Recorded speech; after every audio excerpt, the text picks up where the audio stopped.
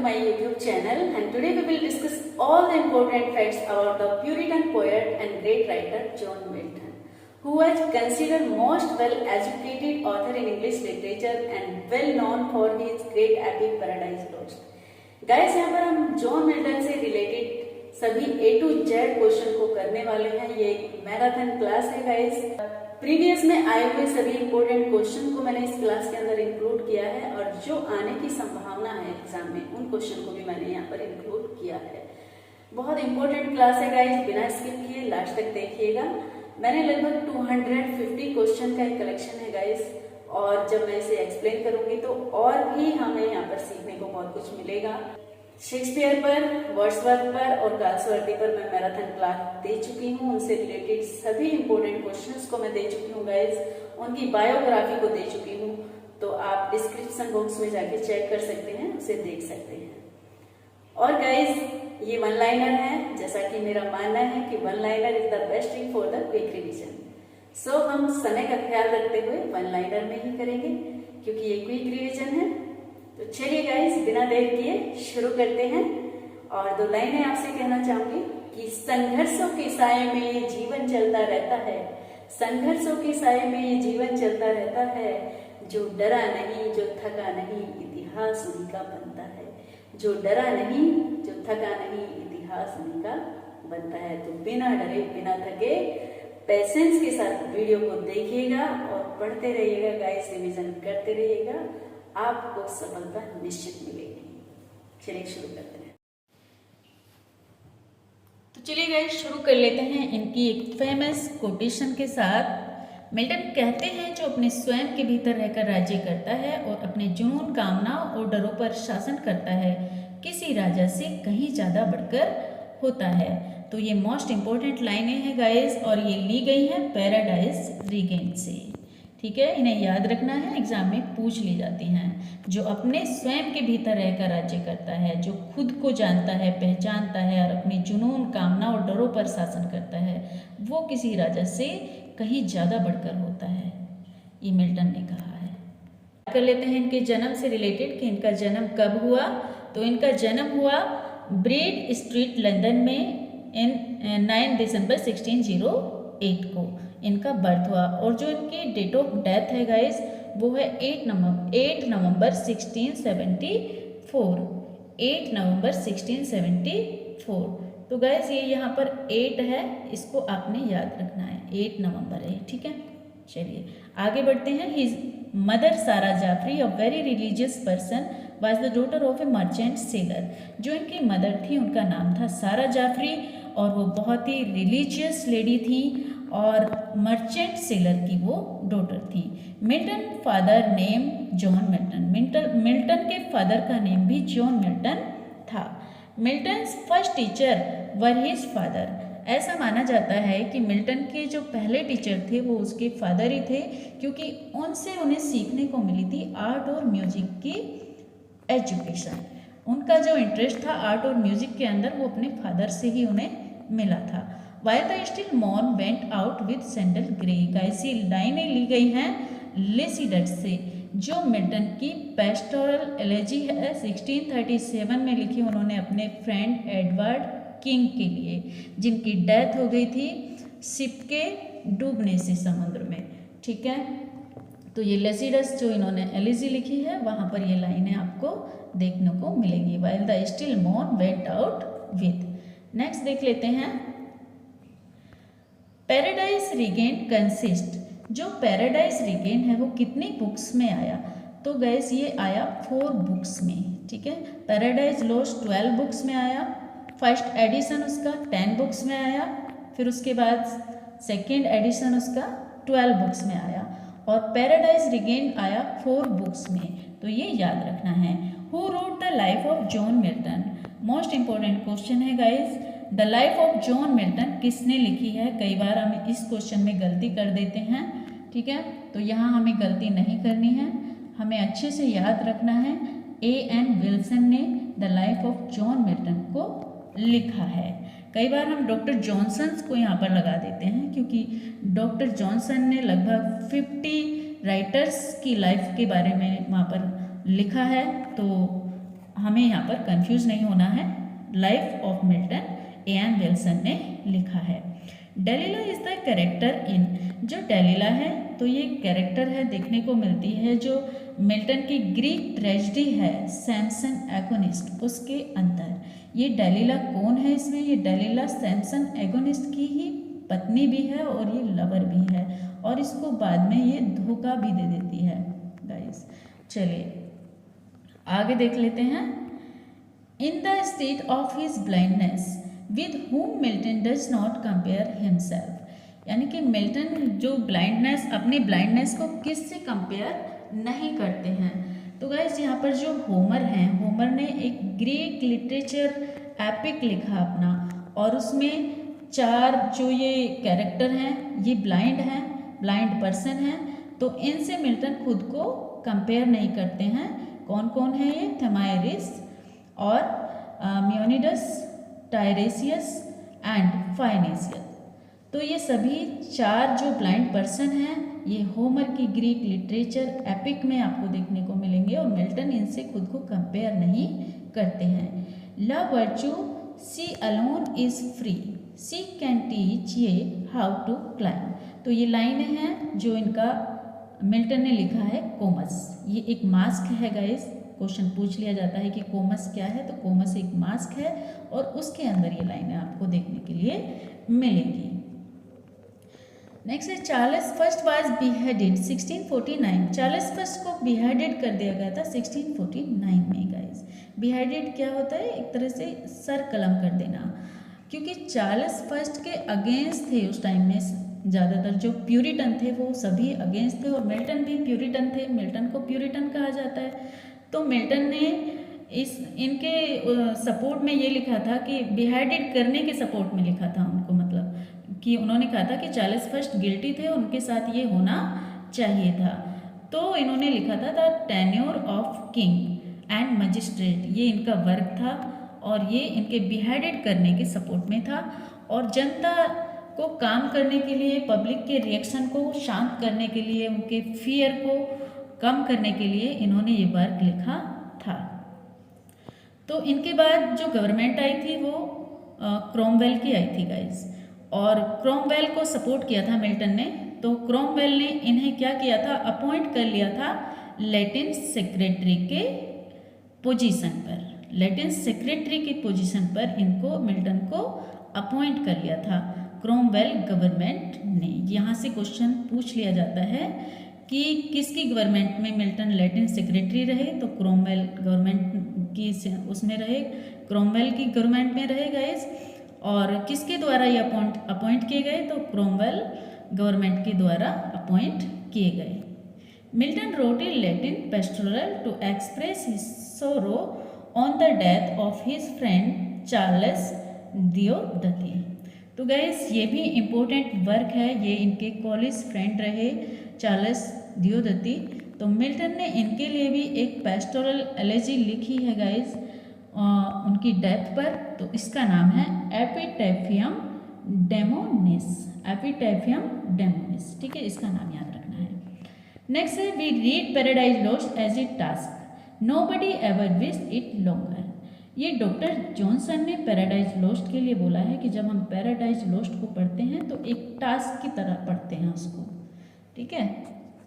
चलिए नेक्स्ट है rose like an exhalation with the sound.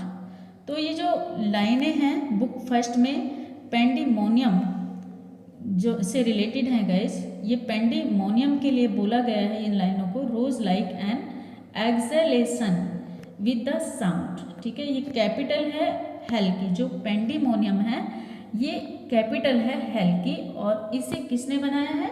Saturn ने इसको बनाया है गाइस, ठीक है। 4 tract on divorce by Milton. तो जो मिल्टन ने 4 ट्रैक्ट लिखे डाइवोर्स पर, जब इनकी पत्नी मैरी पॉल वापस मायके चली गई थी इनको छोड़कर। तो ये 4 ट्रैक्ट हैं गाइस, इनको याद रखना है, पूछ लिए जाते हैं एग्जाम में। The doctrine and discipline of divorce, next है the judgement of Martin Bucer, next है टेट्राकोडन, एंड लास्ट है कैलस्टेरियन, ठीक है, कैलस्टेरियन। चलिए, which tract recommends for the separation of church and state.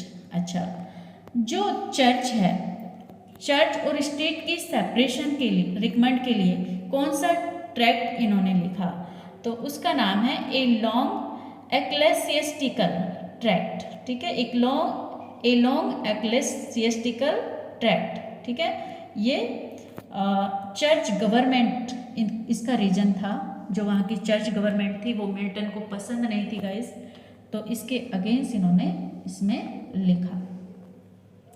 Milton's unholy Trinity of characters include, जो Milton के unholy character include हैं, जो कौन कौन से हैं, तो वो हैं सैटर्न है, सिन एंड डेथ। जो सैटर्न है, सिन इनकी बेटी है जो इनके हेड से पैदा हुई, और जो इनका बेटा है डेथ, जो सिन से ही पैदा हुआ, सैटर्न और सिन से। तो ये अनहोली कैरेक्टर माने जाते हैं guys. The battle between God's army and Satan's rebels in heaven lasted. जो बैटल चला गाइस गॉड की और सैटर्न की आर्मी के बीच में, तो वो कितने दिन तक चला, तो वो चला गाइस 3 डेज तक। ठीक है, 3 डेज तक ये बैटल चला। चलिए नेक्स्ट देख लेते हैं। The 2 archangels who serve as generals in God's army are Michael and Gabriel. जो 2 आर्कएंजल हैं गाइस, जो जनरल हैं गॉड्स की आर्मी के, तो वो कौन कौन है, ये है माइकल और गैब्रियल। ये गॉड्स की आर्मी में जनरल हैं गाइस, ये याद रखना है। In the phrase thy sheet sail ब्यूरियस योर फॉय। ठीक है, तो यहाँ पर हम देखेंगे 2 क्वेश्चन है यहाँ पर, एक ही क्वेश्चन में आपको 2 आंसर मिलेंगे देखने के लिए। इन द फ्रेज का मतलब यहाँ पर पूछा है, दाई सीड का नहीं, दाई का मतलब पूछा है कि दाई किसके लिए रेफर करता है, तो दाई रेफर करता है एव के लिए। ठीक है, यहाँ पर एव के लिए दाई रेफर करता है। और अगर दाई सीड पूछ लिया जाए इसी क्वेश्चन से, दाई सीड रेफर करता है जीसस क्राइस्ट को। ठीक है, ये याद रखना है, दाई सीड जीसस क्राइस्ट को रेफर करता है।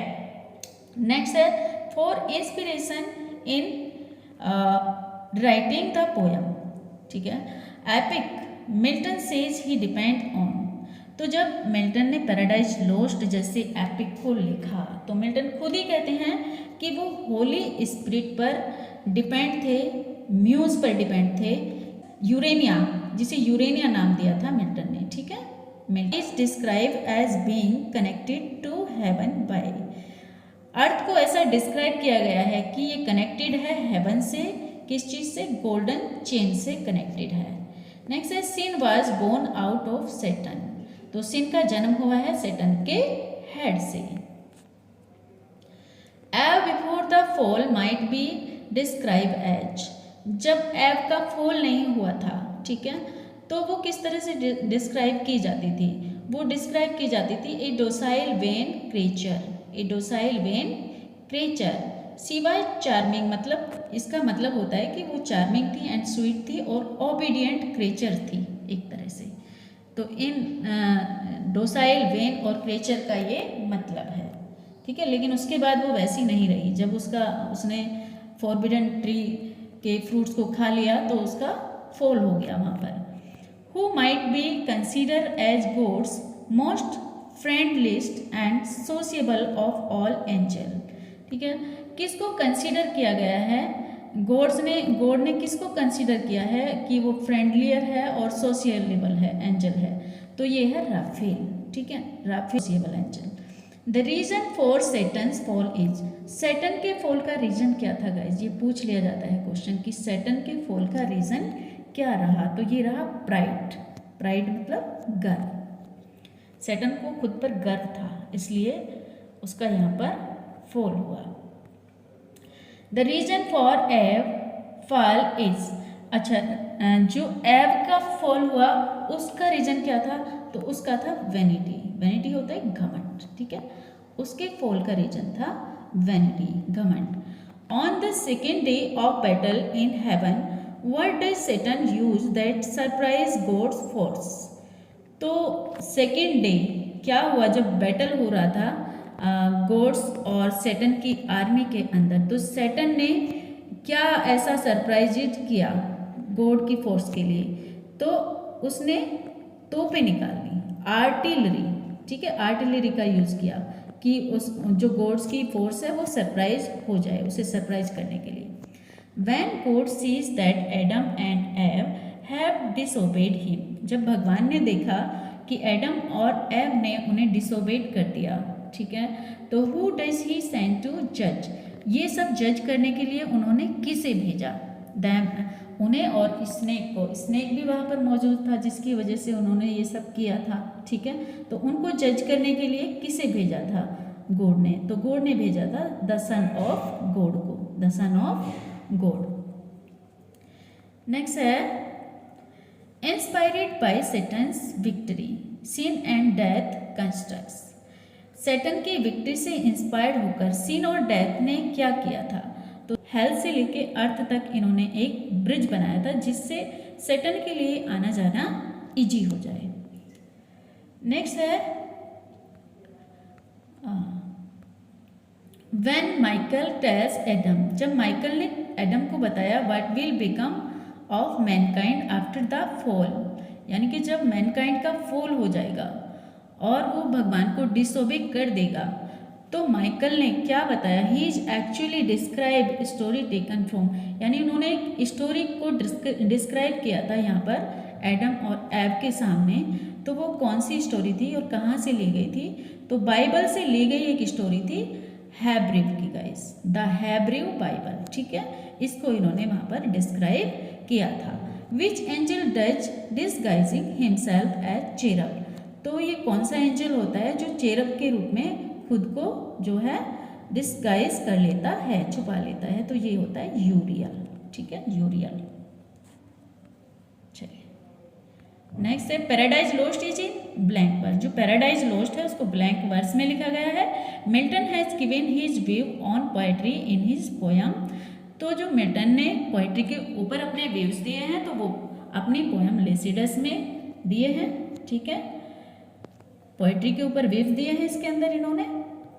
और in which book does the fall take place, जो एडम और एव का फॉल होता है तो वो कौन सी बुक में होता है गाइस, कौन सी बुक में दिखाया गया है, तो बुक नंबर 9, ठीक है, इसके अंदर दिखाया गया है। और बुक नंबर को लॉन्गेस्ट बुक भी माना जाता है पैराडाइज लॉस्ट के अंदर, ये क्वेश्चन भी आता है, ठीक है, ये भी ध्यान रखना है।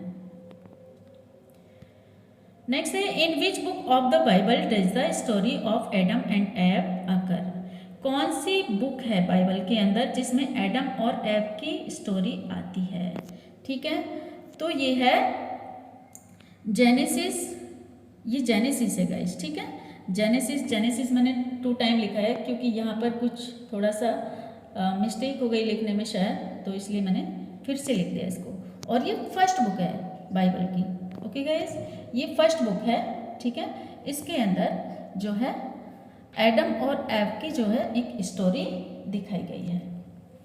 What is Milton state purpose in Paradise lost, अच्छा, जो मिल्टन का पर्पस था वो क्या था पैराडाइज लॉस्ट को लिखने के पीछे, तो इनका पर्पस था तो to justify the ways of God to man, ये पर्पस था। ये क्वेश्चन इंपॉर्टेंट है, यहाँ से ये पूछ लिया जाता है, तो अच्छे से ध्यान रखना है, कॉन्सेंट्रेट होके आपको पढ़ना है और बोर नहीं होना है गाइज, ठीक है, तो ये है इंपॉर्टेंट क्वेश्चन। और उनका पर्पस था पैराडाइज लॉस्ट को लिखने के पीछे to justify the ways of God to man.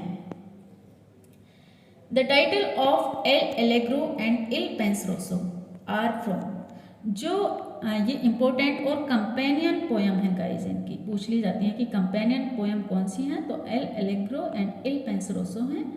और इसका टाइटल कहाँ से लिया गया है, ये भी क्वेश्चन इंपॉर्टेंट है, तो इनका टाइटल लिया गया है म्यूजिकोलॉजी से।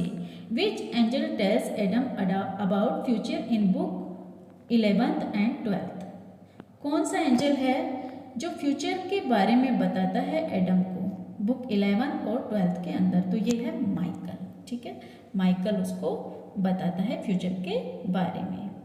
विच devil is the main architect of Pandemonium, important question है, जो पेंडिमोनियम को बनाने में जो आर्किटेक्ट है वो कौन है, तो वो है मुल्सीबर। मुल्सीबर ने पेंडिमोनियम को मतलब डिजाइन किया था। नेक्स्ट है how many time does Milton invoke a muse. जब मिल्टन पैराडाइज को लिखना स्टार्ट करता है, ठीक है, तो वो स्वर्ग की देवी को बुलाता है जो म्यूज है, ठीक है, तो वो कितने टाइम उसको बुलाता है, तो वो उनको इनवाइट करता है 3 टाइम, ठीक है, 3 टाइम इनवाइट करता है। नेक्स्ट है हु लीड्स एडम एंड एव आउट ऑफ पैराडाइज। पैराडाइज के अंदर से, जो स्वर्ग है धरती पर, उसके अंदर से एडम और ईव को बाहर का रास्ता कौन दिखाता है, बाहर तक कौन लेकर जाता है, तो ये होते हैं माइकल। माइकल उनको बाहर का रास्ता दिखाता है। Who discuss cosmology and the battle of heaven with Adam, ठीक है, तो ये कौन डिस्कस करता है कॉस्मोलॉजी, और एडम को कौन बताता है कि ऐसा होता है, बैटल होता है हेवन का, ठीक है, तो ये कौन डिस्कस करता है, ये राफेल डिस्कस करता है एडम के साथ, ठीक है। नेक्स्ट है which angel is consider a hero for arguing against Satan. ये कौन सा एंजल है जो कंसिडर करता है कि अगेंस्ट अपने आप को हीरो कंसिडर करता है, ठीक है, तो ये कौन सा एंजल है, तो ये है एब्डियल, ठीक है गाइस। वैसे तो सैटर्न को हीरो माना जाता है पैराडाइज लोस्ट के अंदर, और यहाँ पर लेकिन ये इनके अगेंस्ट हैं एब्डियल खुद को हीरो मानता है, कंसीडर करता है। Whom does Milton name as his heavenly muse? तो जो हेमनली म्यूज है मिल्टन की, तो क्या नाम देता है उनको मिल्टन, तो किस नाम से बुलाता है, तो ये नाम है यूरेनिया, ठीक है, याद रखना है। चलिए नेक्स्ट देख लेते हैं। इन 1643 मिल्टन रोट ए मास्क। मिल्टन ने एक मास्क लिखा 1643 में, तो उसका नाम क्या था, उसका नाम था कोमस, ठीक है, Comus. What kind of work was एरोपेजिटिका। जो एरोपेजिटिका है ये किस तरह का वर्क है मिल्टन का गाइस, इंपॉर्टेंट क्वेश्चन है, तो ये एक ट्रैक्ट है गाइस, इसको ट्रैक्ट बोलेंगे, और गाइस ये एक प्रोज वर्क भी बोला जाता है, और ये लिखा था मिल्टन ने फ्रीडम फॉर प्रेस के लिए, फ्रीडम फॉर प्रेस के लिए, ये याद रखना है। The sun to me is dark and silent as the moon, तो ये सैमसन एगोनिस्ट की लाइनें हैं गाइस, याद रखनी है। The sun to me is dark, ये पहली लाइन को आप याद रख लेना, आपको याद रह जाएगा, the sun to me is dark, ठीक है, silent as the moon, okay, Samson Agonistes की लाइनें हैं। चलिए नेक्स्ट है loathed melancholy of Cerberus and blackest midnight born. तो ये गाइस ये लाइनें ली गई हैं एल एलेग्रो से, hence loathed melancholy of Cerberus, ठीक है, ये लाइनें याद रखनी है। और नेक्स्ट है Il Penseroso after banishing deluding joy welcome the goddess. जो पेंसिव मैन होता है वो जॉय को बेनिस करने के बाद किसका स्वागत करता है गाइस, तो वो स्वागत करता है मेलैंकली का, जो उदासी की देवी होती है, उसको वेलकम करता है। Milton's paradise lost is the product of, जो मिल्टन का पैराडाइज लोस्ट है उसको प्रोडक्ट माना गया है किसके लिए गाइस, रिफॉर्मेशन एंड रेनेसा के लिए। रेनेसा और रिफॉर्मेशन में वो एक प्रोडक्ट का काम करता है। If virtue feeble were heaven, ठीक है, itself would stoop to her, ठीक है, तो ये लाइनें ली गई हैं कोमस से, जो कोमस है एक मास्क है गाइस, और ये लाइनें वहाँ से ली गई हैं कोमस से। If virtue feeble were heaven, तो ये याद रखना है। Who called Shakespeare sweetest Shakespeare fancy child, तो ये कौन शेक्सपियर को कहता है कि Shakespeare sweetest Shakespeare fancy child, तो ये कहते हैं मिल्टन शेक्सपियर के लिए गाइस। और यहाँ पर हमें कन्फ्यूजन हो जाता है कई बार कि जो मिल्टन ने वर्क लिखा है ऑन शेक्सपियर, ठीक है, तो ये लाइनें वहाँ से ली गई हैं। कई बार हमें ऐसा एग्ज़ाम में निशान लगा कर आ जाते हैं, लेकिन ये जो लाइनें ली गई हैं गाइस ये एल एलेग्रो से ली गई हैं गाइस। मिल्टन ने जो ऐसा बोला है शेक्सपियर को, तो वो एल एलेग्रो जो अपनी कंपेनियन पोयम इन्होंने लिखी हैं उसके अंदर बोला है, एल एलेग्रो के अंदर, ठीक है, ये याद रखना है। चलिए नेक्स्ट है Milton was blinded in the year 1652, यानी कि 1652 में ये कम्प्लीटली ब्लाइंड हो गए थे. But other event is peculiar in the year.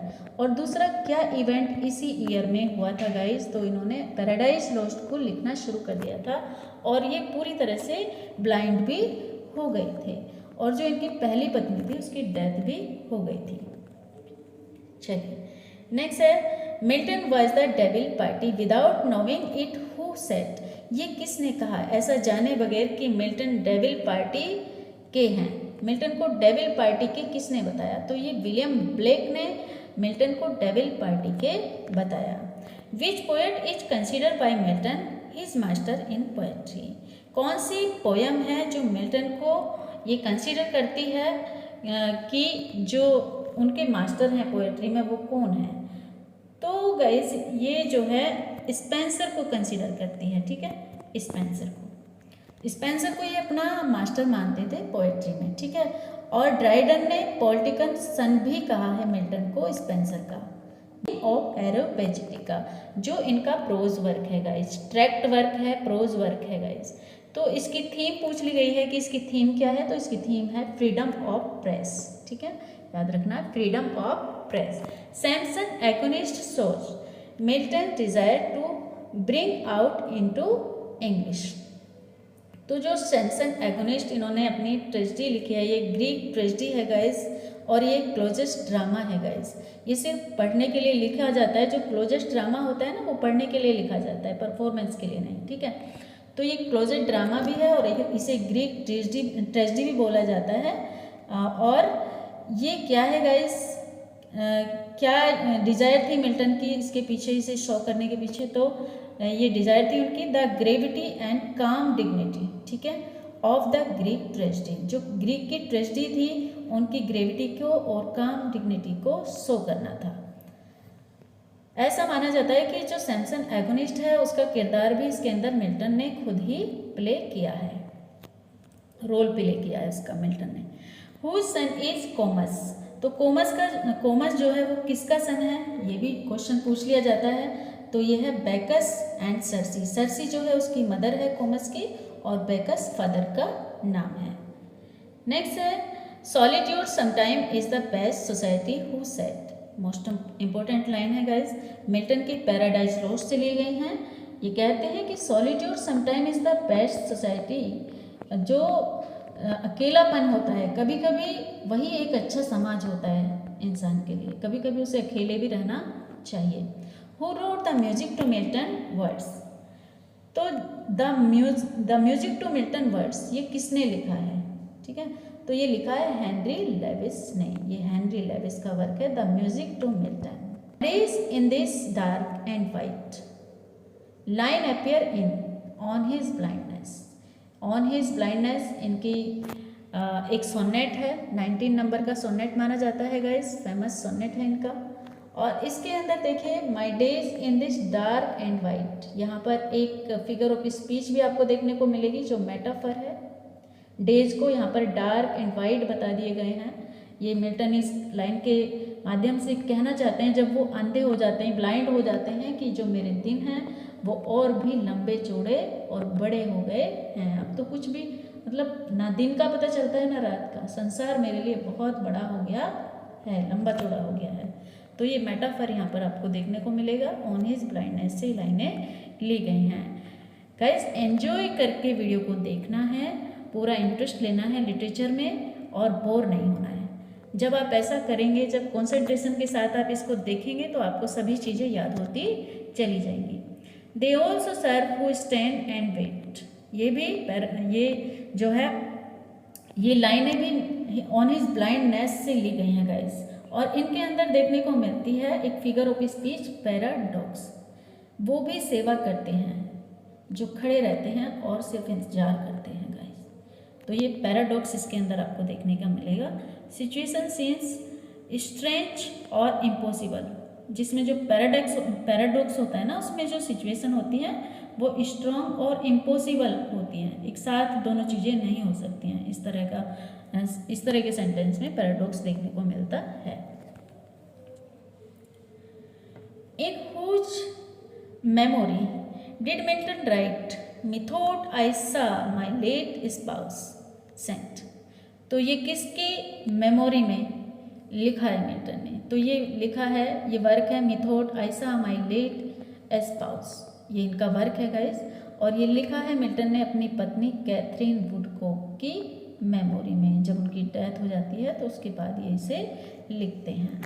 Paradise lost published in, जब पैराडाइज लॉस्ट 10 बुक्स में आया था तो वो पब्लिश हुआ था 1667 में गाइस, ठीक है। और इसके बाद ये आया था सेकेंड एडिशन में, जब ये 12 बुक्स में आया था, ठीक है गाइस। तो ये उसके बाद 1674 में पब्लिश कराया गया था इसको अगेन दोबारा। और जो पैराडाइज रिगेन्ड है वो पब्लिश हुआ था गाइस 1671 में। Samson agonist and paradise regained दोनों वर्क एक साथ पब्लिश हुए थे 1671 में। Galileo is the only contemporary figure mention in, जो गैलीलियो करेक्टर है गाइस, गैलीलियो जो है ये सिर्फ ओनली कंटेम्परेरी माने जाते हैं, फिगर माने जाते हैं, मेंशन है किसमें? पैराडाइज लॉस्ट के अंदर, मिल्टन के ओनली कंटेम्परेरी, ठीक है। और ये मेंशन है पैराडाइज लॉस्ट के अंदर। Dryden made the rhymed version of, Dryden ने पैराडाइज लॉस्ट का राइमेड वर्जन बनाया गाइस। किसने बनाया है राइमेड वर्जन पैराडाइज लॉस्ट का? क्वेश्चन आ जाता है तो आपका आंसर होगा ड्राइडन। ड्राइडन ने पैराडाइज लॉस्ट का राइमेड वर्जन बनाया है। Milton book Paradise Regained was about the temptation of Christ, जो पैराडाइज रिगेन्ड है मिल्टन की, ये फेवरेट बुक भी मानी जाती है मिल्टन की। और ये किसके बारे में है? टेम्पटेशन ऑफ क्राइस्ट, तो क्राइस्ट की टेम्पटेशन के बारे में है गाइस ये बुक। नेक्स्ट है सोनेट इन मिल्टन्स हैंड बिकम ट्रम्पेट, ये किसने कहा है? तो ये कहा है वर्ड्सवर्थ ने मिल्टन के लिए, कि मिल्टन के हाथों में जो सोनेट हैं वो तो एक ट्रम्पेट बन जाते हैं एक तरह से। इन्होंने सोनेट को एक ट्रम्पेट बता दिया है मिल्टन के हाथों में। किसने? वर्ड्सवर्थ ने। ट्रम्पेट गाइस एक इंस्ट्रूमेंट होता है जिसे बजा सकते हैं, ठीक है। तो एक इजी वे में इन्होंने बता दिया है कि मिल्टन के हाथों में जो सोनेट आते हैं तो वो ट्रम्पेट बन जाते हैं। The age of Milton had 3 kind of poets, जो मिल्टन की एज है वो 3 टाइप्स के पोएट्स से बिलोंग करती है गाइस। 3 काइंड ऑफ पोएट्स से बिलोंग करती है। मेटाफिजिकल पोएट से भी बिलोंग करती है, कैविलियर एज से और प्यूरिटन एज से भी ये बिलोंग करते हैं मिल्टन, ठीक है, याद रखना है। क्योंकि जो एंड्रयू मार्वेल थे इन्होंने पैराडाइज लॉस्ट को लिखने में मिल्टन की हेल्प की थी, तो ये एक मेटाफिजिकल पोएट थे गाइस। और कैविलियर और प्यूरिटन एज से, ये प्यूरिटन तो मिल्टन को खुद ही माना जाता था और कैविलियर एज से भी ये बिलोंग करते थे। John Milton was the literary Titan of, John Milton को लिटरेरी टाइटन बोला गया है गाइस। तो one of the greatest English author Titan को बोलते हैं गाइस, लिटरेरी टाइटन। जो एक ग्रेटेस्ट ऑथर होता है उसको ये एक नाम दे दिया जाता है लिटरेरी टाइटन का। तो ये 17th सेंचुरी के माना जाता है। मिल्टन 17th सेंचुरी से बिलोंग करते हैं और 17th सेंचुरी के लिटरेरी टाइटन कहा जाता है मिल्टन को। चलिए Milton died at the age of, तो जब मिल्टन की डेथ हुई थी गाइस उनकी एज थी 65। मिल्टन रोट 18 सोनेट, मिल्टन ने जो टोटल सोनेट लिखे हैं गाइस वो 24 लिखे हैं, और जो इंग्लिश के सोनेट लिखे हैं इन्होंने तो वो 18 सोनेट लिखे हैं, और 6 सोनेट इन्होंने लैटिन में लिखे हैं, लैंग्वेज लैटिन में, ठीक है। आगे देख लेते हैं। Milton was 34 years old at the time of marriage with Mary Powell, जब इन्होंने मैरी पॉल से शादी की थी तो इनकी एज थी 34 ईयर्स ओल्ड थे ये गाइस। और जो मैरी पॉल थी वो 17 ईयर्स ओल्ड थी, यानी कि इनसे हाफ एज की थी वो, इसलिए इसलिए शादी टिक नहीं पाई थी लंबे समय तक। God gifted organ voice of England, तो मिल्टन को गॉड गिफ्टेड ऑर्गन वॉइस बोला है गाइस। तो ये किसके द्वारा कहा गया है मिल्टन के लिए? तो ये कहा गया है टेनिसन के द्वारा। टेनिसन ने मिल्टन को गॉड गिफ्टेड ऑर्गन वॉइस बोला है इंग्लैंड की, ठीक है, याद रखना है, God gifted organ voice, okay. Longest book in Paradise Lost is, paradise lost की लॉन्गेस्ट बुक कौन सी है गाइस? मैंने आपको पहले भी बताया होगा ये आंसर। तो ये है book number 19, book number 19। Okay, ये लॉन्गेस्ट बुक में आती है। Doctor Samuel Johnson describe Milton as an, जो डॉक्टर सैमुअल जॉनसन है उन्होंने सभी की लाइफ के ऊपर लगभग 50 राइटर्स के ऊपर उन्होंने लिखा है गाइस, और ये मिल्टन के ऊपर भी इन्होंने लिखा है। तो ये क्या कहते हैं मिल्टन को? Acrimonious and surely Republican. ठीक है, जो उन मिल्टन को डिस्क्राइब करते हैं ये एक्रीमोनियस एंड श्योरली रिपब्लिकन से डिस्क्राइब करते हैं। The style of Paradise Lost is Lofty, जो पैराडाइज लॉस्ट का जो स्टाइल है उसे लॉफ्टी बताया गया है गाइस। ठीक है, and exalted and shows the influence of Latin writers, इसमें इन्फ्लुएंस देखने के लिए मिलता है लैटिन राइटर्स का। तो ये ऐसा किसने कहा है? ये कहा है लिगुइयस ने इसके बारे में ऐसा बोला है, लेगुइयस ने। ठीक है, ये याद रखना है। लॉफ्टी स्टाइल बताया है पैराडाइज लॉस्ट को, ये इतना याद रख लेना बस कि जो द स्टाइल ऑफ पैराडाइज के स्टाइल को लॉफ्टी किसने बताया है? तो लेगुइयस ने बताया है। Matthew Arnold said about Milton blank verse, जो मिल्टन ने ब्लैंक वर्स का यूज़ किया है गाइज, तो मैथ्यू आर्नोल्ड ने क्या बोला है उनके बारे में? क्या कहा है? Sure flawless perfection of rhythm and diction. इन्होंने जो मिल्टन की ब्लैंक वर्स है उसके लिए फ्लोलेस परफेक्शन बोला है। फ्लोलेस परफेक्शन है किसका? रिदम एंड डिक्शन का, जो मिल्टन की ब्लैंक वर्स है। ठीक है, किसने बोला है? आर्नोल्ड ने बोला है, मैथ्यू आर्नोल्ड ने ऐसा बोला है इनके लिए। The spirit of Renaissance and Reformation was two great influences upon the literary career of Milton. जो रेनेसा है और रिफॉर्मेशन है इसका ग्रेट इन्फ्लुएंस रहा गाइस मिल्टन के करियर पर। लिटरेरी करियर जो मिल्टन का रहा, इससे रिलेटेड रहा, इनका इन्फ्लुएंस रहा मिल्टन के लिटरेरी करियर पर। नेक्स्ट है Milton received his master degree from Cambridge university. तो मिल्टन ने अपनी जो मास्टर डिग्री है वो कैम्ब्रिज यूनिवर्सिटी से ली थी। Book 6 of Paradise lost Saturn invent gun powder. तो बुक 6 में क्वेश्चन पूछ लिया जाता है गाइस कि गन पाउडर प्लॉट को किस बुक में इन्वेंट किया गया है? तो ये बुक 6 में किया गया है, और किसके द्वारा किया गया है? तो सैटर्न के द्वारा किया गया है। दैट ही थिंक्स, सैटर्न का क्या मानना था? उनका सोचना था कि will help win his war against God, कि अगर वो गन पाउडर प्लॉट को इन्वेंट करते हैं, जो सैटर्न है अगर वो गन पाउडर प्लॉट को इन्वेंट करता है तो वो गॉड के खिलाफ जो है वॉर जीत जाएगा। और ये जो गन पाउडर प्लॉट है ये क्या है गाइस? ये एक असैसिनेशन अटेम्प्ट है अगेंस्ट किंग जेम्स फर्स्ट के। जब किंग जेम्स फर्स्ट का शासनकाल था 1605 में, तो जो कैथोलिक थे, कैथोलिक का जो ग्रुप था, ठीक है, जो उसके अगेंस्ट था, उन्होंने इसको इन्वेंट किया था गन पाउडर को, ठीक है, जेम्स फर्स्ट के खिलाफ। तो सैटर्न का भी ऐसा मानना था कि अगर कैथोलिक ग्रुप जीत गया था जेम्स फर्स्ट से, तो मैं भी जो है गॉड से जो है जीत जाऊंगा गन पाउडर प्लॉट को इन्वेंट करके। Edmund Spenser wrote the Faerie Queene. Question आ जाता है फेरी क्वीन के राइटर कौन है? तो ये हैं एडमंड स्पेंसर। नेक्स्ट है noble and patience nation rising herself like a strong man after sleep shaking her invisible lock.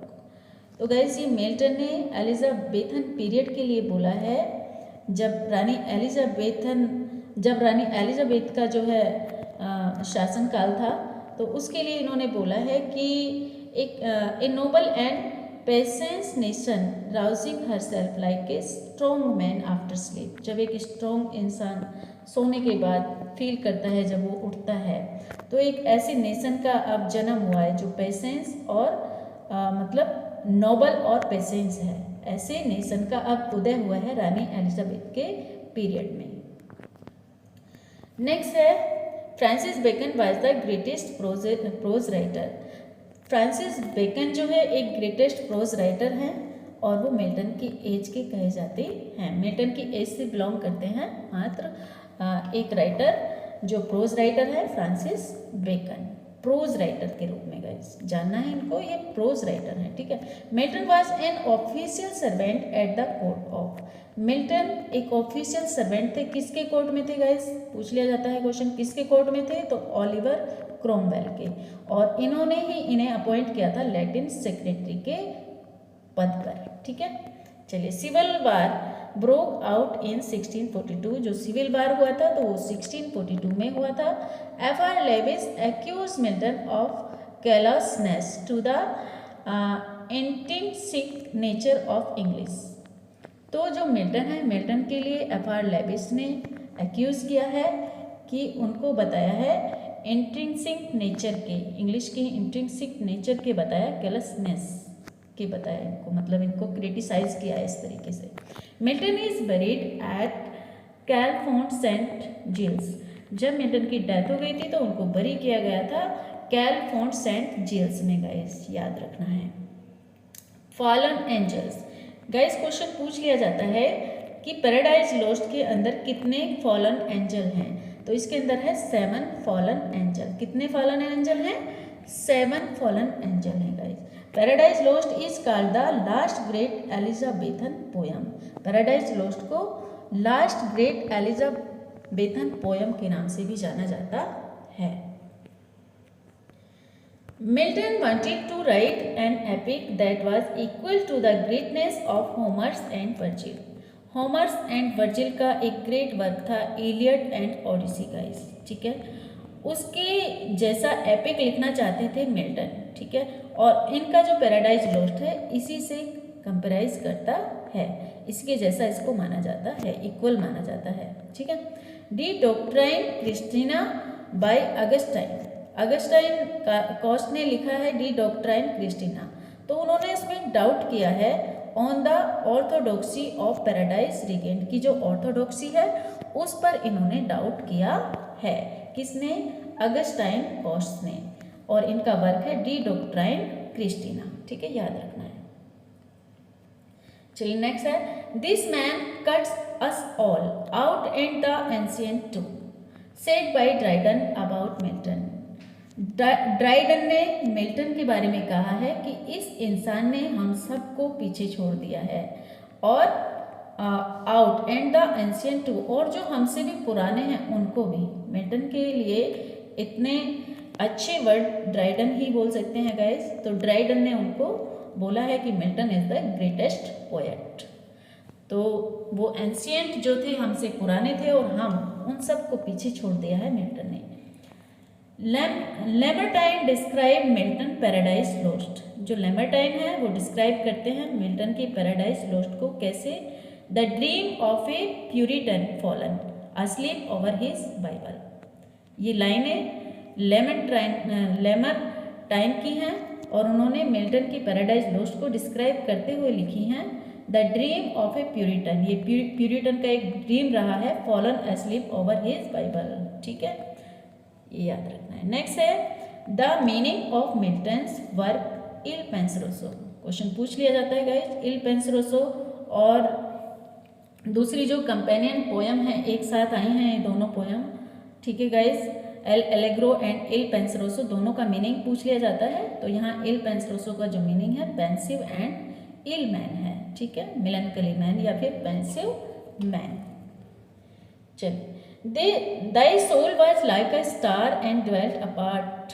ये किसने कहा, वर्ड्सवर्थ ने मिल्टन के लिए कहा, ठीक है, टू मिल्टन उन्होंने जब लिखा तो मिल्टन 1802 लिखा था वर्ड्सवर्थ ने, तो उसमें ही इन्होंने ये लाइनें बोली हैं, Thy soul was like a star and dwelt apart, ठीक है। चलिए नेक्स्ट है the first stanza of paradise regain begin with a brief summary of Paradise lost. ये भी एक इम्पोर्टेंट क्वेश्चन है गाइस कि जो पैराडाइज रिगेन्ड है वो जो उसकी स्टार्टिंग होती है, फर्स्ट स्टैंजा जो है पैराडाइज रिगेन्ड का, तो वो ब्रीफ समरी के साथ स्टार्टिंग होती है। पैराडाइज लॉस्ट की ब्रीफ समरी पहले दी जाती है, फिर पैराडाइज रिगेंट की स्टार्टिंग होती है, क्योंकि ये इसी का सीक्वल है। पैराडाइज रिगेंट किसका सीक्वल है? पैराडाइज लोस्ट का सीक्वल है गाइस। चलिए नेक्स्ट है, एक मिनट।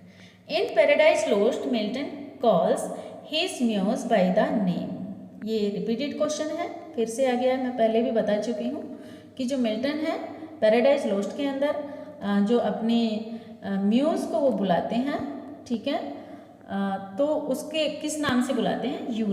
यूरेनिया नाम से। Mystical source of poetic inspiration, ये एक मिस्टिकल सोर्स है पोएटिक इंस्पिरेशन, जिससे उन्हें पैराडाइज लोस्ट लिखने की इंस्पिरेशन मिली। Astrophel and Stella was greatly popularized the sonnet form in England during the Elizabethan period. Elizabethan period में गाइस एस्ट्रोफिल एंड स्टेला जो थी एक सोनेट की फॉर्म थी और ये पॉपुलर थी एलिजाबेथन पीरियड के अंदर। According to the Milton Paradise Lost, pride is Satan tragic flaw. ये भी रिपीटेड क्वेश्चन है कि सैटर्न का ट्रेजिक फ्लो किसकी वजह से होता है? तो वो होता है प्राइड की वजह से। As originally envisioned by Milton Paradise Lost would consist of, तो ये ओरिजिनली जो इसका फर्स्ट एडिशन आता है पैराडाइज लोस्ट का, तो ये आता है 10 बुक्स के अंदर। In book 1 of Paradise Lost the narrator identifies the fallen angel और devils by the name of. Book 1 के अंदर पैराडाइज लोस्ट में गाइस जो नरेटर है वो आइडेंटिफाई करता है फॉलन एंजल को और डेविल्स को, किस नाम से? पैगन गॉड्स के नाम से, पैगन गॉड्स के नाम से आइडेंटिफाई करता है। In the early books of Paradise lost Saturn conspires with, तो जो सैटर्न है उसको कॉन्स्पायर किया गया है किसके साथ? पैराडाइज लोस्ट में अर्ली बुक में, तो वो बेल्जेबब के साथ कॉन्स्पायर करता है, ठीक है। नेक्स्ट है the phrase bottomless prediction acres in Milton. ये जो फ्रेज है बॉटमलेस प्रेडिक्शन, ये किस में आती है? तो ये पैराडाइज लोस्ट की बुक 1 के अंदर आती है। Milton began Paradise Lost book 1 with invocation, यानी वो किसके साथ शुरू करते हैं पैराडाइज लोस्ट को लिखना? तो वो इन्वोकेशन के साथ शुरू करते हैं। जो मिल्टन है वो म्यूज को इनवाइट करते हैं, ठीक है, और उसके साथ उसको लिखना शुरू करते हैं। The opening line of Paradise Lost are a good example of Miltonic inversion, ठीक है।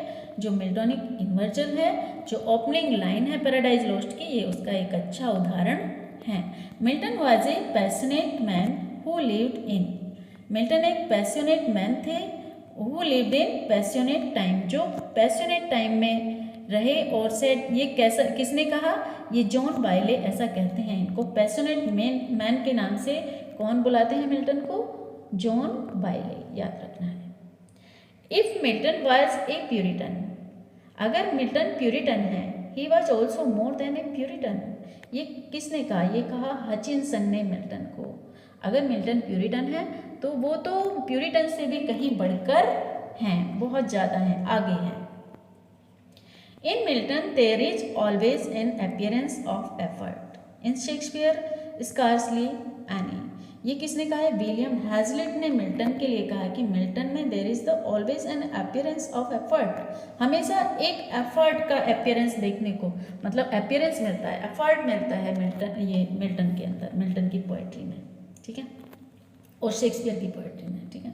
इन दोनों के लिए इन्होंने बोला है विलियम हैजलिट ने। व्हाट दो the field be lost all is not lost, very important line guys. और ऐसी लाइनें कौन बोल सकता है? सैटर्न ही बोल सकता है। सैटर्न बहुत इंपॉर्टेंट लाइन बोलता है गाइज, बहुत इंस्पिरेशनल लाइनें होती हैं सैटर्न की। सैटर्न चाहे जैसा हो, लेकिन उसकी जो लाइनें हैं बहुत ही मोटिवेशनल होती हैं। तो पैराडाइज लॉस्ट के अंदर इन्होंने बोला है सैटर्न ने कि what though the field be lost, क्या हुआ अगर फील्ड चले गए हमारे, तो ऑल इज नॉट लॉस्ट, सब कुछ तो नहीं गया, सब कुछ नहीं गया। Because Milton human he must know the best in humanity, ये W.J. लॉन्ग ने मिल्टन के लिए बोला है, क्योंकि मिल्टन एक ह्यूमन है और वो बेस्ट जानते हैं ह्यूमैनिटी के बारे में। Milton was also influenced by Fletcher, Christ, victory and triumph. ठीक है, तो ये मिल्टन जो थे, मिल्टन वाज ऑल्सो इन्फ्लुएंस्ड थे किससे? फ्लेचर्स, क्राइस्ट की विक्ट्री और ट्रम्प से इन्फ्लुएंस्ड थे। The odd on the morning of Christ nativity, important work है गाइस, वाज बिगन ऑन, ये फर्स्ट वर्क है मिल्टन का, और ये शुरू किया था इन्होंने इसको लिखना क्रिसमस डे के दिन 1629 को। ठीक है, ये डेट याद रखनी है, और क्रिसमस डे का दिन याद रखना है। जब ये 21 के थे, 21 ईयर्स ओल्ड थे, तब मिल्टन ने इसको लिखा था क्राइस्ट नेटिविटी को। ठीक है, इंपॉर्टेंट वर्क है इनका, कॉलेज टाइम का वर्क है guys. L'Allegro Il Penseroso, companion poem है गाइस। आर्केड्स और कोमस, ये दोनों मास्क हैं, आर्केड्स और कोमस। लेसिडस, ये इनकी एलेजी है। ठीक है, ये बिलोंग करते हैं हॉर्टन पीरियड से। ये सारे वर्क किससे बिलोंग करते हैं? हॉर्टन पीरियड से, याद रखना है। कंपेनियन पोयम है दोनों, एल एलेग्रो एल पेंसरसो, आर्केड्स और कोमस दोनों मास्क हैं, और लेसिडस एलेजी है इनकी, और हॉर्टन पीरियड से बिलोंग करते हैं गाइस। वीडियो अगर अच्छी लग रही हो तो इसे सब्सक्राइब कर देना और शेयर भी कर देना, क्योंकि अच्छा वर्क सभी के पास जाना चाहिए। ठीक है गाइस, क्योंकि इतना तो बनता है, अगर आपको इसमें इंटरेस्ट आ रहा है और क्वेश्चन अच्छे हैं और समझ आ रहे हैं, तो आपको लाइक और शेयर तो जरूर कर देना चाहिए ऑनेस्टली। चलिए नेक्स्ट पे चलते हैं। Milton on his blindness ends with on expression of the poet's faith in God's way. Milton ने जो उनका सोनेट है ऑन हिज ब्लाइंडनेस, ठीक है, उसके एंड में क्या एक्सप्रेस किया है? ऑफ द पोएट्स, जो पोएट्स का क्या देखने के लिए मिलता है? जो sonnet number 19 on his blindness है मिल्टन का, तो उसमें लास्ट में क्या देखने को मिलता है? तो गॉड्स वाई देखने के लिए मिलता है, यानी कि उसमें भगवान की जो मर्जी होती है उसी पर जो है पोएट खुश हो जाता है, फेथ हो जाता है, उस पर विश्वास करता है वो भगवान पे। ठीक है, Milton lament for his blindness occur in the nativity ode. जो मिल्टन का लेमेंट है उसकी ब्लाइंडनेस के लिए वो कहाँ पर देखने के लिए मिलता है? द नेटिविटी ओड के अंदर। ऐसे ऑन मिल्टन, ये एक वर्क है मिल्टन पर, ऐसे ऑन मिल्टन। ये वर्क किसका है?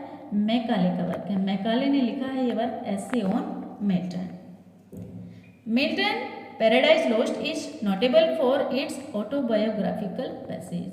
ये जो इनका पैराडाइज लॉस्ट है मिल्टन का, इसको ऑटोबायोग्राफिकल पोयम भी कहते हैं गाइज इनकी, और ये ऑटोबायोग्राफिकल पैसेज भी नोटेबल किया गया है। Paradise Lost was written in the last phase of Milton life. जो पैराडाइज लॉस्ट है मिल्टन की लाइफ के लास्ट फेज में इसको लिखा गया था।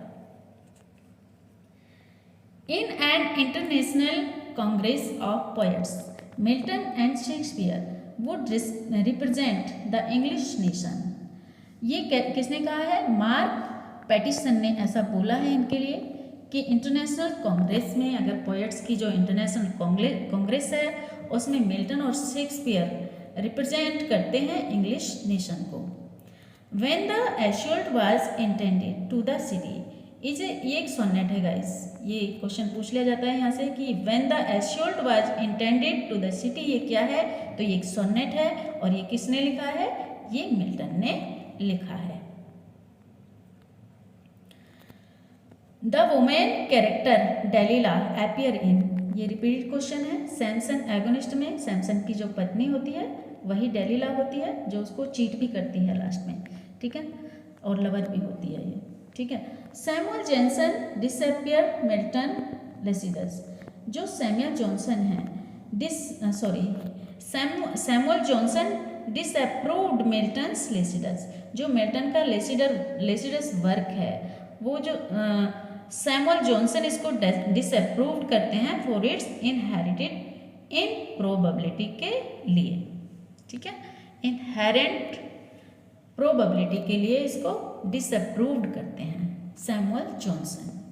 The title of Areopagitica is derived from, जो एरोपेजिटिका इनका प्रोज वर्क है गाइस, और इसका जो टाइटल है वो कहाँ से लिया गया है, तो from a speech which was address to the Athenian court.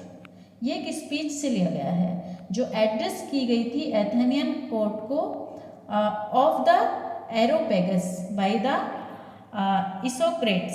इसोक्रेट्स ने एक स्पीच दी थी गाइस, ठीक है, एथेनियन कोर्ट में, ठीक है। तो वहाँ से इसके टाइटल को लिया गया है, एरोपेजिटिका के टाइटल को, और इसका टाइटल क्या है, freedom for the press.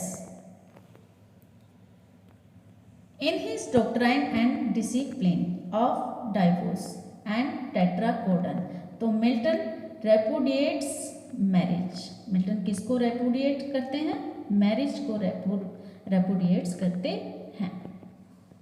बनहिलफील्ड is associate with Milton, जो बनहिलफील्ड है ये भी मिल्टन से ही एसोसिएट करते हैं। His style was unconsciously sublime because the light and thought consciously in a sublime atmosphere। Long ने मिल्टन के लिए कहा है, ये लाइनें हैं जो लॉन्ग ने कही हैं मिल्टन के लिए कि हिज स्टाइल वाज अनकॉन्शियसली, उनके स्टाइल को कैसा बताया है, अनकॉन्शियसली सबलाइम बताया है।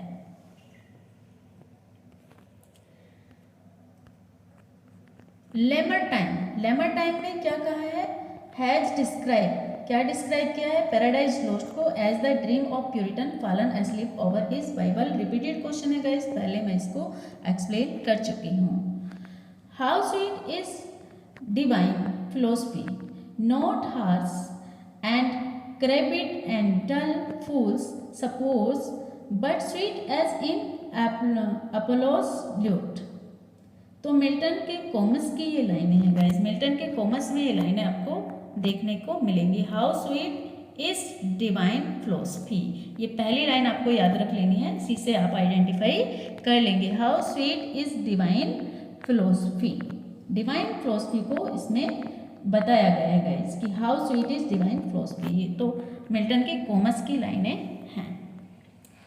Allegro after banishing the spirit of loathed melancholy welcome the goddess of mirth। तो यहाँ भी ये क्वेश्चन भी रिपीटेड है लेकिन दूसरी तरह से दिया गया है। जो एलेग्रो है after banishing the spirit of loathed melancholy, यहाँ पर melancholy की देवी को बैनिश करने के बाद वो किसको वेलकम करती है गुडेस, तो वो मिर्थ को, एम्फ्रोसिन को, ठीक है, जो मिर्थ की देवी है, खुशी की देवी है, उसको इनवाइट करती है, ठीक है।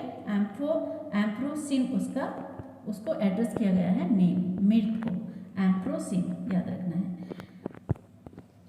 नेक्स्ट है animate version is an attack on a character writer bishop hello.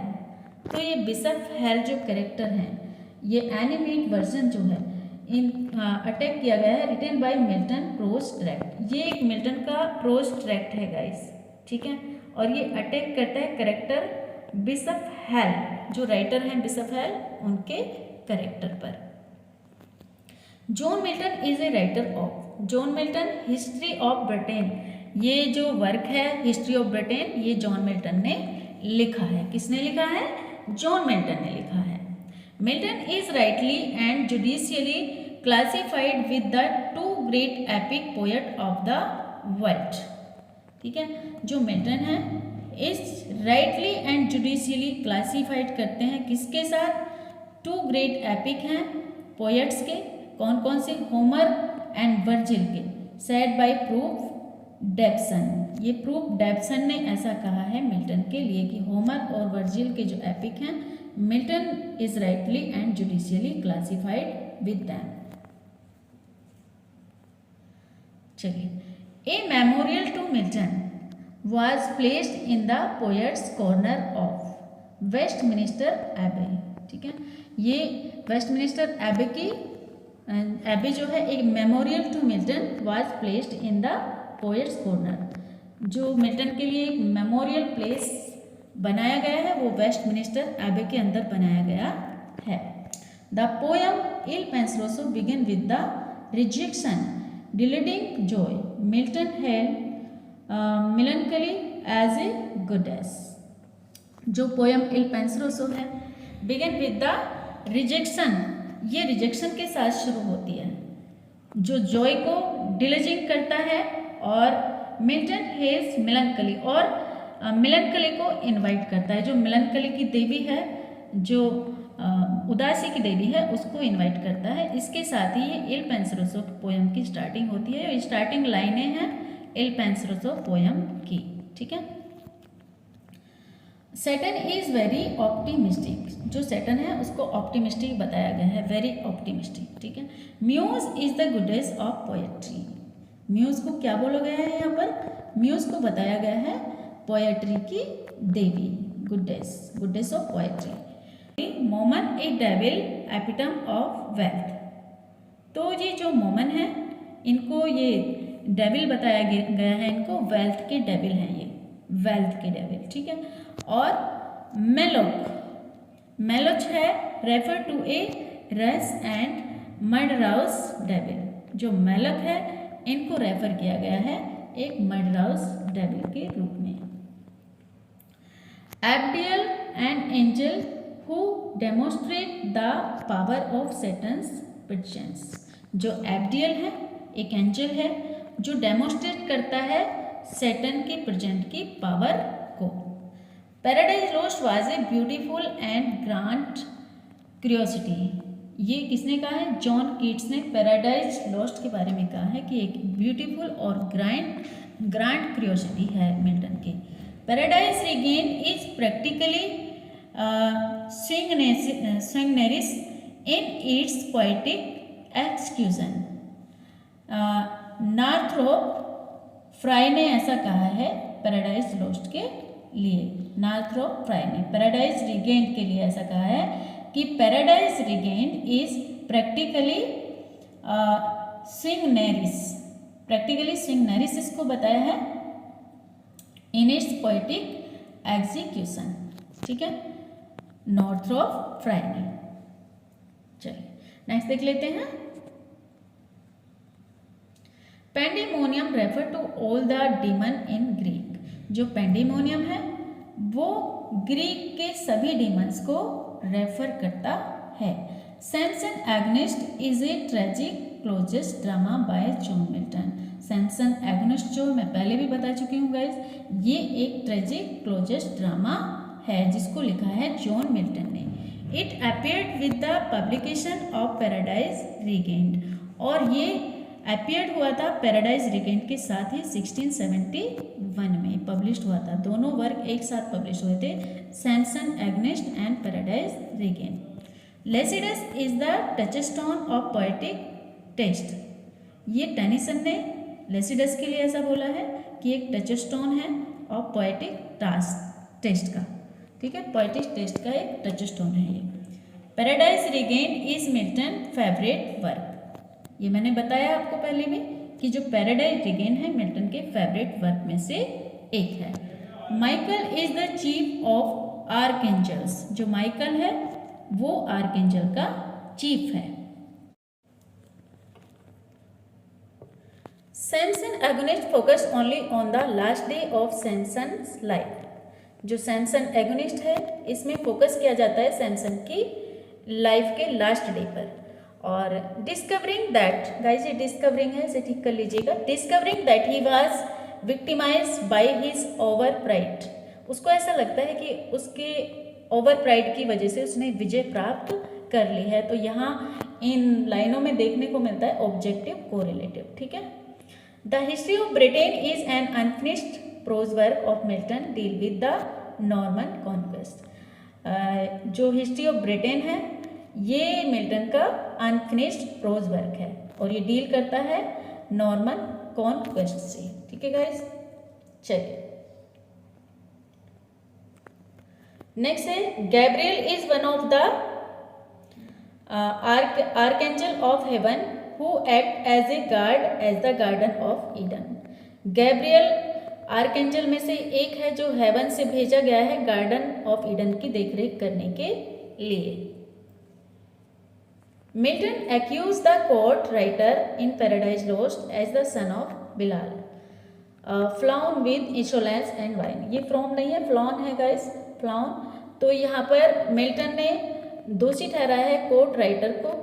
Paradise lost जो उन्होंने एपिक लिखा है उसमें ऐसा उन्होंने दोषी ठहराया है उन्हें, और सन ऑफ बिलाल उनको कहा है। Peace hath her victories no less renowned than war to lord general Cromwell. तो ये लॉर्ड जनरल क्रोमवेल है के लिए हैं ये लाइनें। पीस हैथ हर विक्ट्री, जो मतलब ये है कहने का। In Paradise Lost Satan possess the qualities of Milton. तो पैराडाइज लॉस्ट में जो मिल्टन है, पैराडाइज लॉस्ट के अंदर जो सैटन है उसमें मिल्टन की क्वालिटीज देखने के लिए मिलती हैं। Liberty hath a sharp and double edge. जो लिबर्टी होती है उसके पास डबल एज होते हैं, शार्प और डबल एज होते हैं, ये मिल्टन कहते हैं। My rising in the thy fall, ये पैराडाइज रिगेन्ड की लाइनें हैं। My rising in thy fall. Satan in Paradise Lost is compare to Leviathan. Paradise Lost में जो सैटन है उसको लेवियाथन से कंपेयर किया गया है। Milton deserve credit for making God weak. Milton deserve करते हैं credit for making God weak, ये कहा है विलियम एम्सन ने मिल्टन के लिए।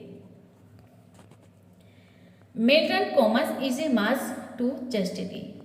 तो जो मिल्टन का मास्क जो है कॉमस है, ये एक मास्क है और ये चेस्टिटी को रिप्रेजेंट करता है।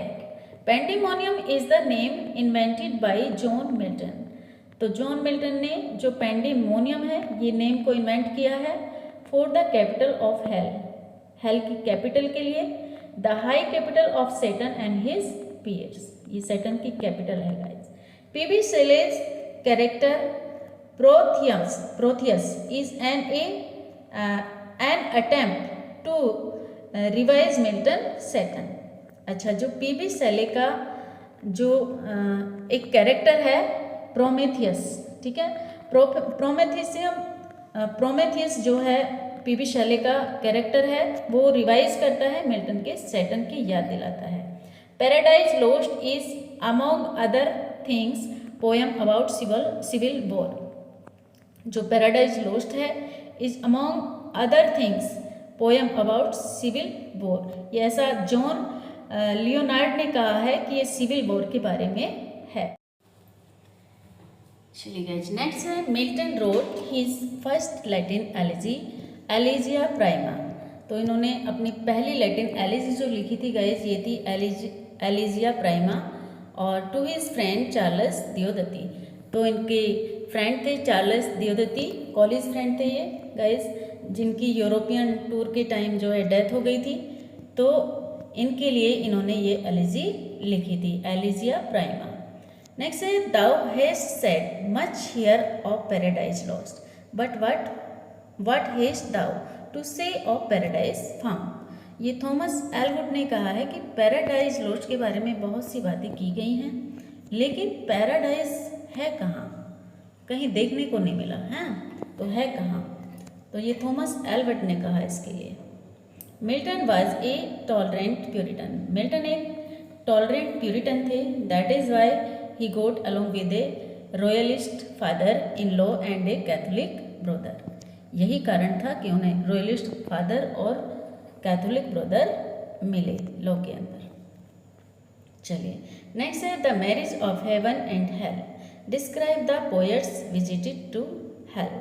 जो वर्क है the marriage of heaven and hell, ये डिस्क्राइब करता है पोएट की विजिट को कि वो हेल में भी गया है। A device adopted from Dante's Divine Comedy, इसको एडोप्ट किया गया है दांते की डिवाइन कॉमेडी से और मिल्टन की पैराडाइज लॉस्ट से। विलियम ब्लेक ने ऐसा कहा है। चलिए, John Keats use Milton as a character in his work. John Keats ने अपने वर्क में मिल्टन को एज ए कैरेक्टर यूज़ किया है और इनका वर्क है वो मिल्टन ए पोयम। तो क्वेश्चन आ जाएगा गाइस, मिल्टन ए पोयम अगर आ जाता है तो आप आंसर देंगे ये किसका वर्क है, तो ये जॉन कीट्स का वर्क है।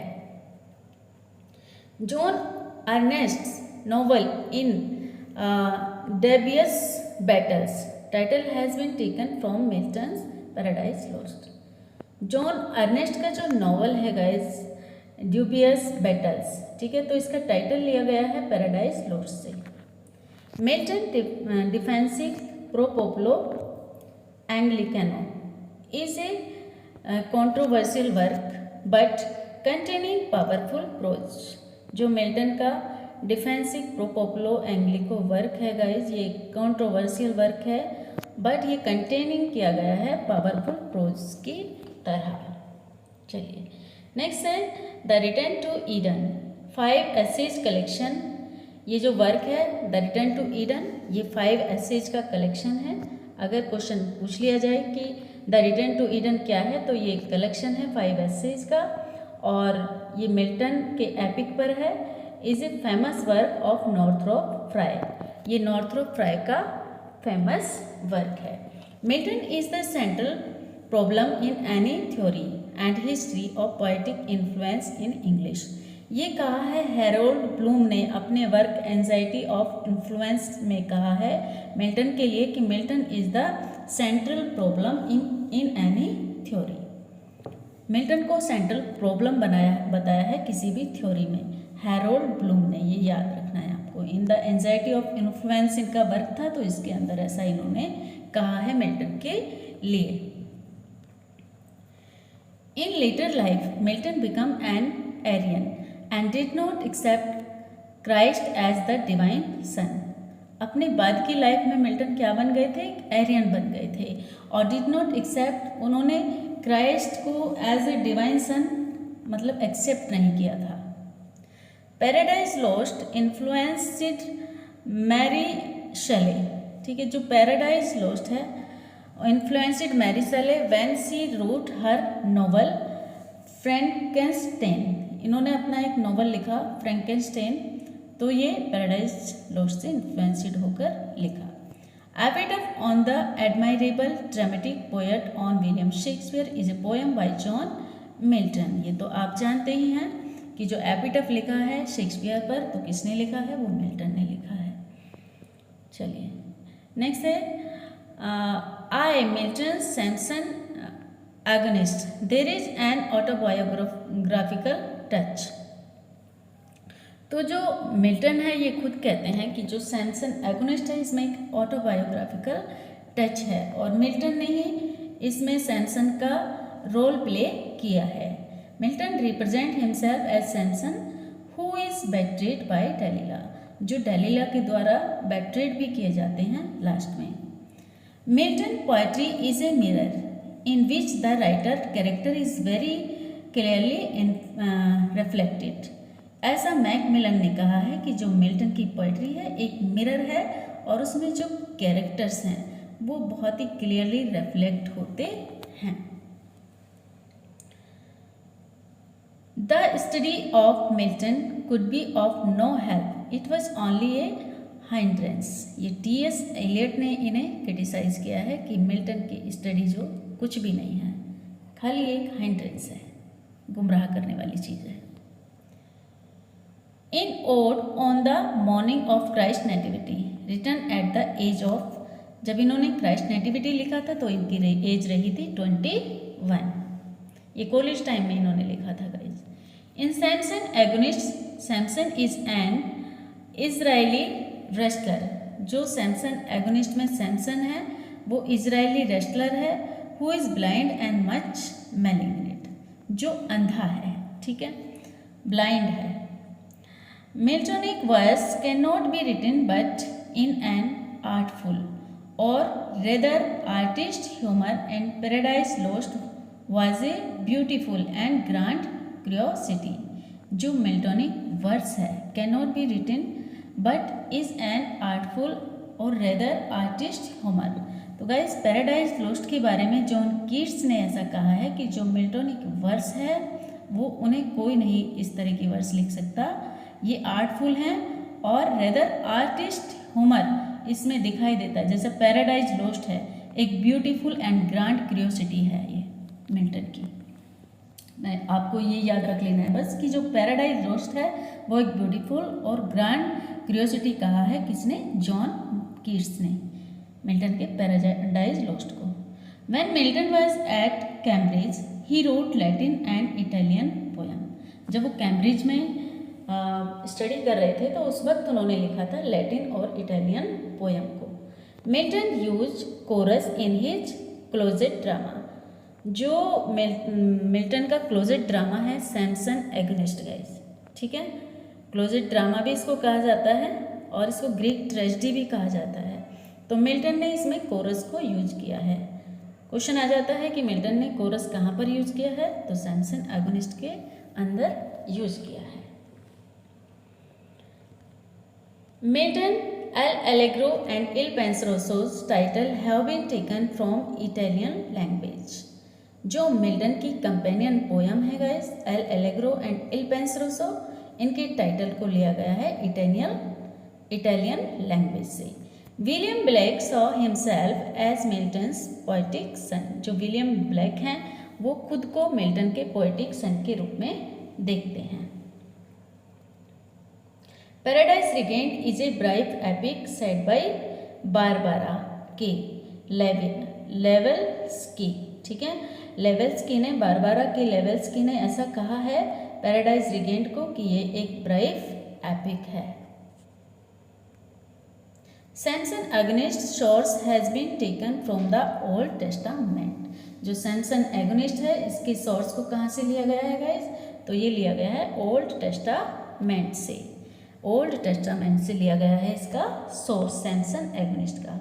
Milton epic verse lacked earnest feeling was stiff and torture and was so inflexible that it discouraged imitation।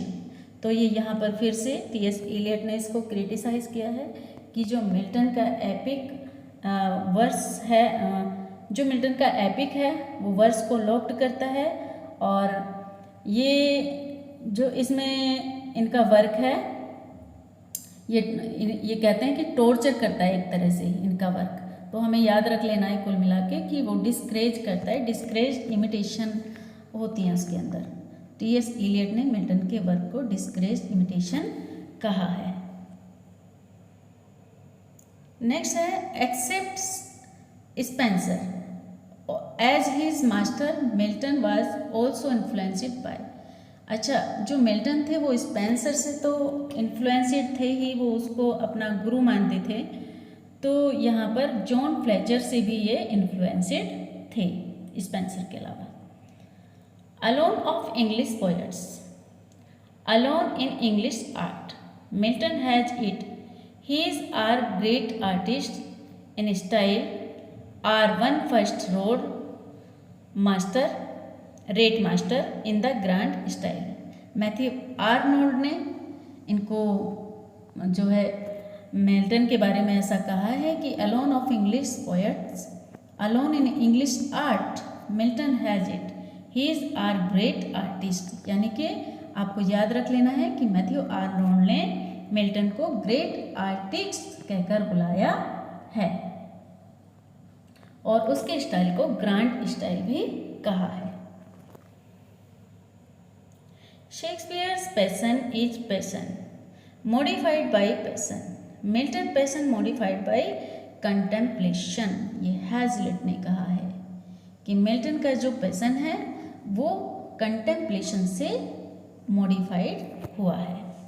Mister Milton is esteems the parent and author of blank verse among अस।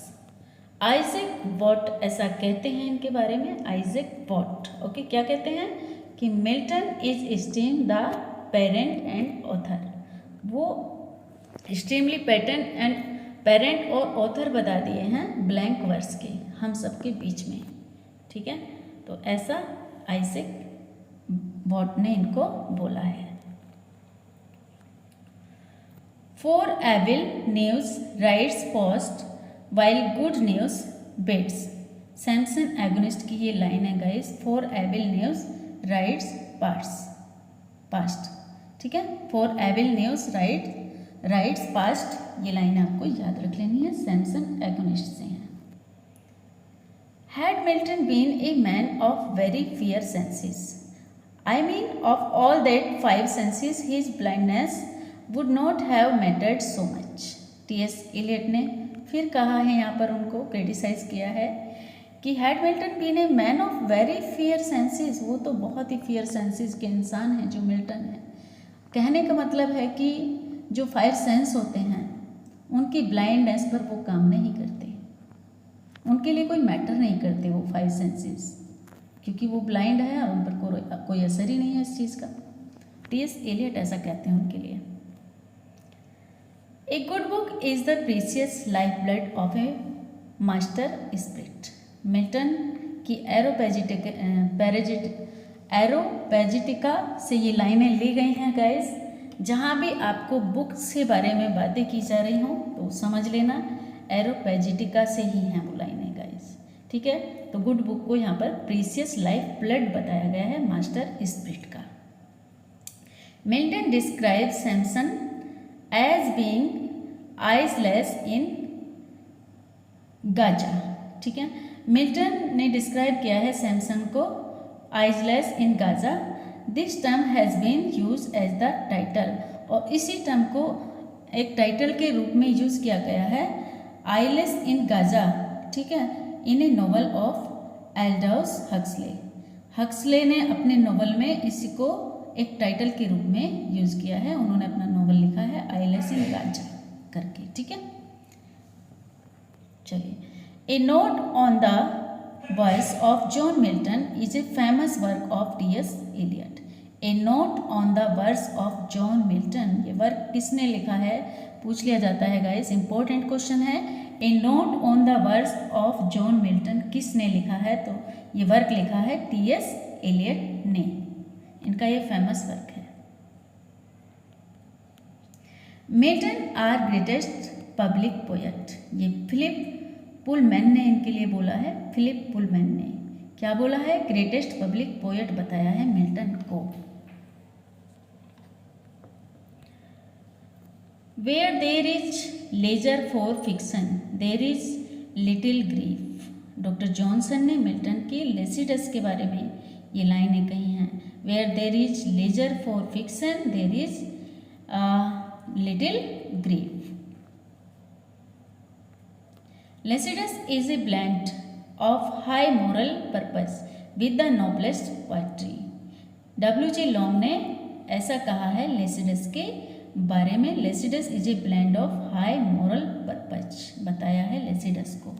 ठीक है, चलिए next है, Paradise Lost is a poem which consider with respect of design may claim the first place and with respect to performance the second among the production of the human mind. Samuel Johnson ने Paradise Lost के लिए ऐसा कहा है कि अगर paradise Lost को देखा जाए कि पैराडाइज लॉस्ट को एक पोएम के रूप में जो कंसीडर करती है रिस्पेक्ट ऑफ डिजाइन, अगर उसको कैसे डिजाइन किया गया है अगर ये देखा जाए तो ये फर्स्ट प्लेस पर आ जाती है, और अगर परफॉर्मेंस के उससे देखा जाए उसको तो वो सेकंड प्लेस पर आती है। चलिए नेक्स्ट है, the abilities of the poet are the inspired gift of God rarely bestowed. तो ये मिल्टन की ही लाइनें हैं guys, the ability of the poet are the inspired gift. जो एबिलिटी होती है पोएट के अंदर लिखने की वो एक इंस्पायर्ड गिफ्ट होता है गॉड का दिया हुआ, जो बहुत ही रेयर होता है।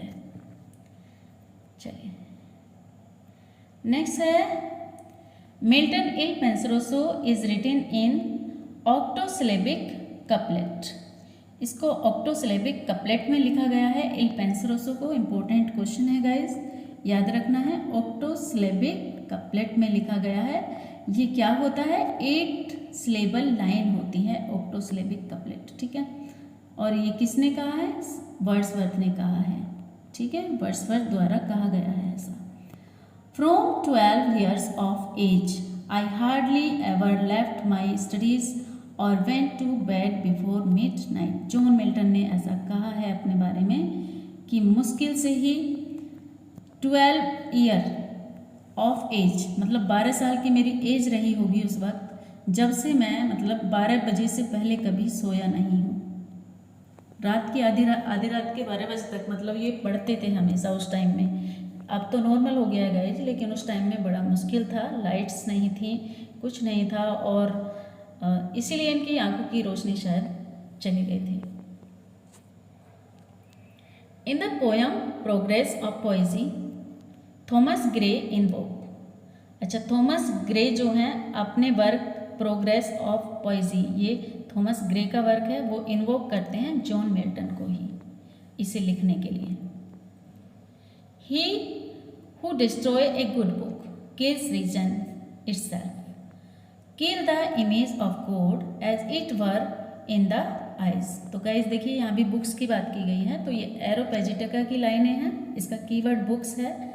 एरोपेजिटिका से जो लाइनें आई हैं, तो इनका जो कीवर्ड है वो बुक्स है, और बुक्स के बारे में यहाँ पर बातें हुई हैं कि जो अच्छी बुक्स को डिस्ट्रॉय करते हैं वो रीजन को खुद ही ख़त्म कर देते हैं। और kill the image of God, एक तरह से वो भगवान की इमेज को किल कर देते हैं, मार देते हैं। ठीक है,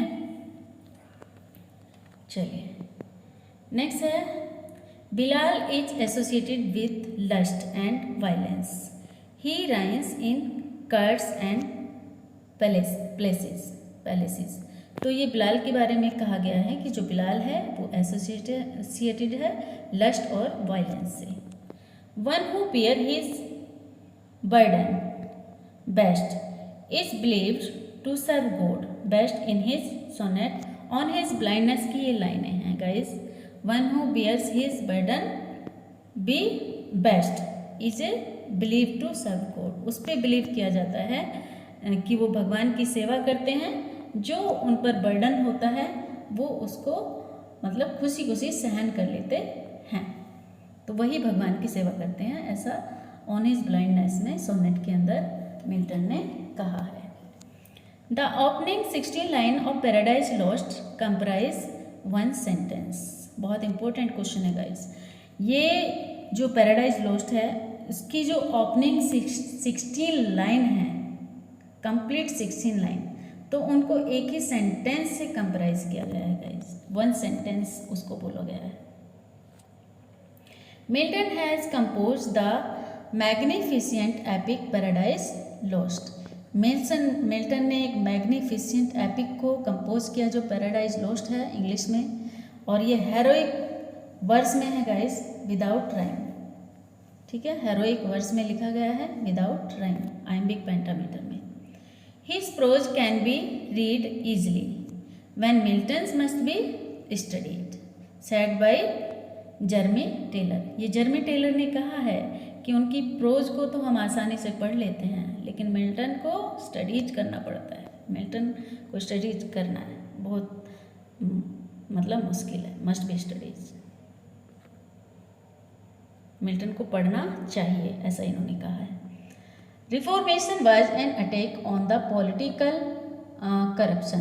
जो रिफॉर्मेशन है वो एक अटैक है पॉलिटिकल करप्शन पर, of the